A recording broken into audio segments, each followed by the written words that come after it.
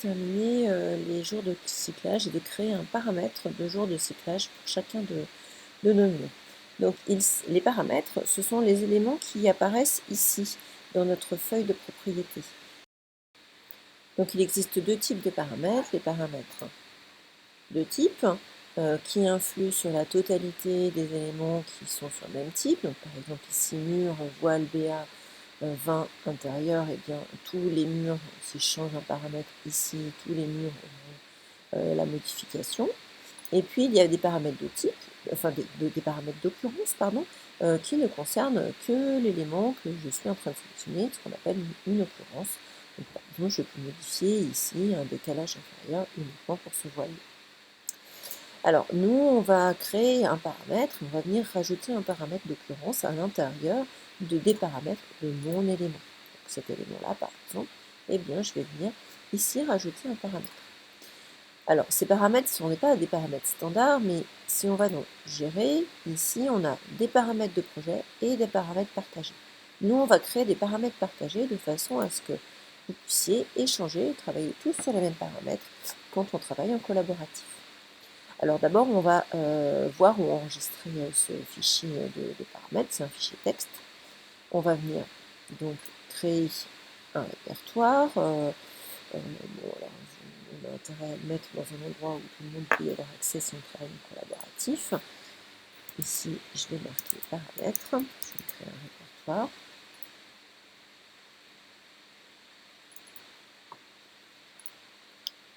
Voilà. Et puis, je vais marquer cyclage. Voilà.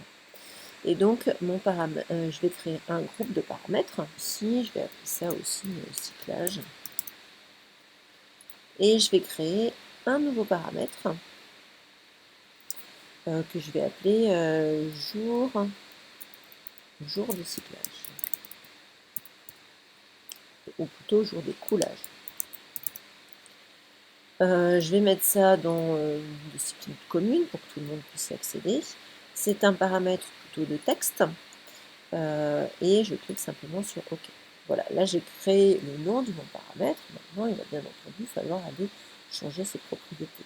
Maintenant que j'ai fait ça, j'ai simplement créé le fichier texte qui correspond à mon paramètre jour de coulage. Il faut que je le mette dans mon fichier et dans mon projet précis.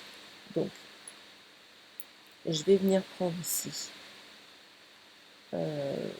paramètre de projet, ajouter un paramètre de projet, mais pas un paramètre qui est uniquement du projet, un paramètre partagé.